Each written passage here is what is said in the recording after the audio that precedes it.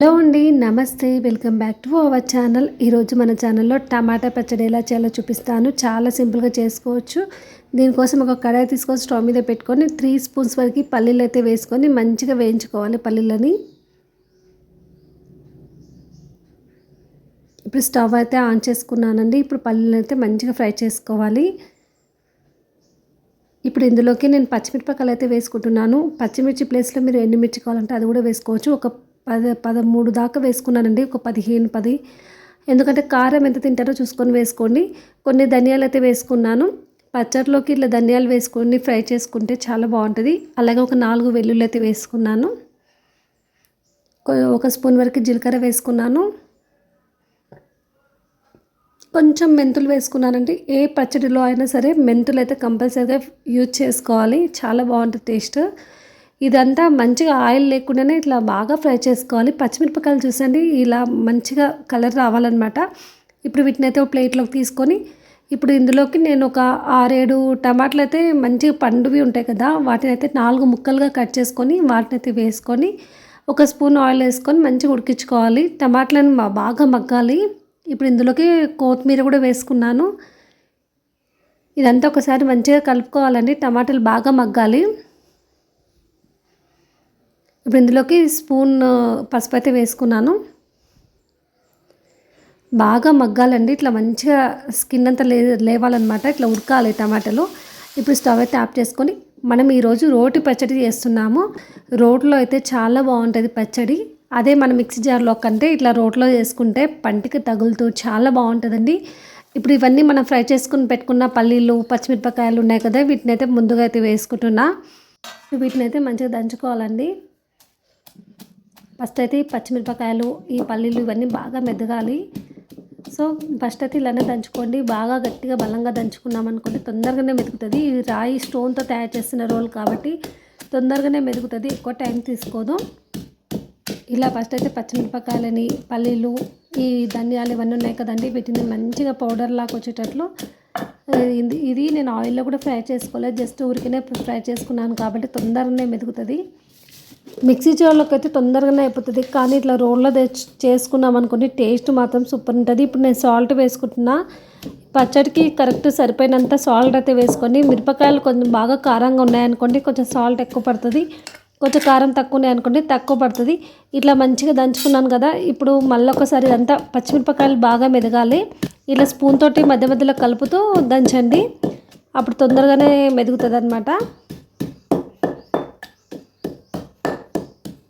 మీలో ఎంతమందికి రోటి పచ్చళ్ళు అంటే ఇష్టము? చాలామంది ఇప్పుడు మిక్సీ జార్లో వేసుకుంటున్నాం కానీ ఆ టేస్ట్ అస్సలు ఉండదండి. అదే ఇట్లా రోట్లో మాత్రం పచ్చడి చేసుకోండి, ఎక్సలెంట్ ఉంటుంది టేస్ట్ అయితే. మమ్మల్ని అయితే సింపుల్గా ఇట్లా రోటి పచ్చళ్ళు చేసుకొని తినేవాళ్ళండి. అందుకే అంత టేస్టీ ఫుడ్ తినేవాళ్ళు.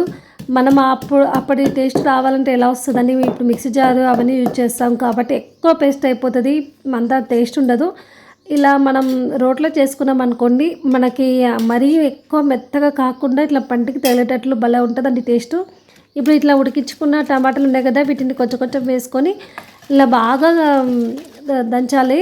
ఇట్లా మెదుపుకోవాలండి మంచిగా, మెత్తగా మరీ మెత్తగా కావద్దు, జస్ట్ ఇట్లా రోటి పచ్చడి ఎలా ఉంటుందో అలానే ఉండాలి. మిగిలిన టమాటాలు కొత్తిమీర కూడా వేసేసుకొని ఇలా ఫస్ట్ అయితే మెల్లగా దంచుకోవాలి, లేకపోతే చిట్లే ఛాన్స్ ఉంటుంది. చూడండి ఇట్లా మంచిగా భలే ఉంటుందండి రోటి పచ్చడి మాత్రము. మధ్య మధ్యలో స్పూన్ తోటి ఇట్లా బయటకు వచ్చేదంతా లోపలికి వేసుకుంటూ మెల్లగా దంచుకోవాలి. కొంచెం టైం ఎక్కువనే తీసుకుంటుంది. మీకు ఎక్కువ ఇట్లా టైం ఉన్నప్పుడు ఇది పెట్టుకోండి, హడావిడిలో ఉన్నప్పుడు అయితే అస్సలు కుదరదండి. ఇంకా ఇట్లానే అయితే చాలాసేపటి వరకు చేసుకున్నాను, మెత్తగా అయిపోయింది. మరీ మెత్తగా లేదండి, ఇది పంటికి తగిలేటట్లే ఉంది. మధ్య మధ్యలో మనకు పచ్చిమిర్చి టమాటా ఈ పల్లీలు మెంతులు ఉన్నాయి కదా, ఇవి పంటికి తగిలేటట్లు చాలా బాగుంటుంది. టేస్ట్ మాత్రం సూపర్ ఉందండి. మనం ఇలానే తినొచ్చు, లేకపోతే పోపు పెట్టుకోవాలనుకుంటే పోపు కూడా పెట్టవచ్చు. నేనైతే ముందుగానే పోపు పెట్టుకున్నాను. జీలకర్ర ఆవాలు వేసుకొని ఎండుమిర్చి వేసుకొని ఇట్లా ఆయిల్లో మంచిగా ఫ్రై చేసుకొని పోపు అయితే పెట్టుకున్నా. ఇప్పుడు దాన్ని కూడా దీంట్లో వేసేసుకొని ఒక్కసారి కలుపుతున్నానండి. ఇట్లా చేయడం వల్ల టేస్ట్ మొత్తం పచ్చడికి వచ్చేస్తుంది. ఇలా తీసుకున్న తర్వాత దీన్ని అయితే ఒక గిన్నెలోకి అయితే ఎత్తి పెడుతున్నాను. ఇది టమాటా పచ్చడి సింపుల్గా అప్పట్లో అమ్మమ్మలు ఎలా చేశారో సేమ్ అదే ప్రాసెస్ చేశానండి, చాలా బాగుంటుంది. మీరు ఒక్కసారి చేసుకొని తింటేనే మీకు తెలుస్తుందండి ఈ టేస్ట్.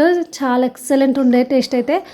నేనైతే ఇంకా దీంట్లోకి ఎంత కావాలో అంత ఎత్తి పెట్టాను. లాస్ట్‌కి రోటికి ఉంటుంది కదా అండి, అది అది మాత్రం మనకు చేత్తో కూడా రాదు కదా. దీంట్లో అన్నం వేసుకొని తింటే మస్తు ఉంటుందండి. ఇప్పుడు చెప్తాను. ఇప్పుడు ఇది ఉందిగా ఎక్స్ట్రా చట్నీ అంతా, ఇప్పుడు ఇందులోకి వైట్ రైస్ అయితే వేసుకొని దాంట్లోనే కలిపి ప్లేట్లోకి పెట్టుకొని తినండి. రోట్లో తినకండి అస్సలు.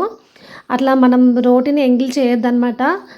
ఇలా మొత్తం మన చట్నీ అంతా అన్నంలో కలిసేటట్లు కలుపుకొని ఒక ప్లేట్లోకి అయితే తీసుకొని ప్లేట్లోనే తినాలి. ఇలానే నేనైతే ఒక ప్లేట్లోకి అయితే ఎత్తి పెడుతున్నాను. ఇట్లా మా అమ్మమ్మ కూడా ఇలానే చేసేది.